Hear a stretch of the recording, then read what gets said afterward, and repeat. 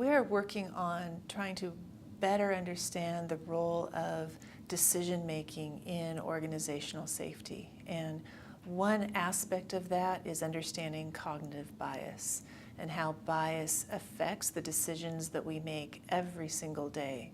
So what is bias? It's systematic error in our thinking. And it's predictable, everybody suffers from it, I suffer from it daily. It affects us in ways we don't even realize.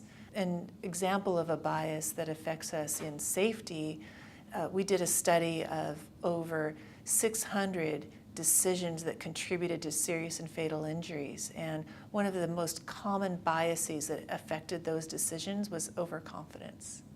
And I love overconfidence, but in safety, we can't afford to take some of those kinds of risks. We can't afford to assign 50 sites to a safety manager and ask him to take care of, the whole safety programs and expect him to be able to, manage that kind of risk. But we put people in that position. That's an overconfidence in our people.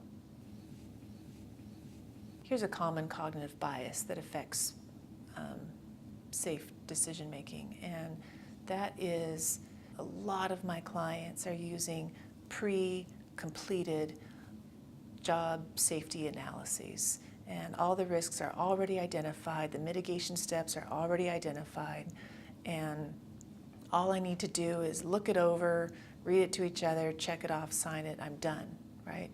That kind of practice is vulnerable to a bias called status quo bias. I'm more inclined to leave things as they are and not touch them, not question what's different. So if I want to challenge that bias, if I want to fight against that tendency, then I need to be focusing my attention on what's different here. How is today different than yesterday? What risks aren't on this form? What's missing? And get people a little bit more disciplined about noticing changes in their exposure.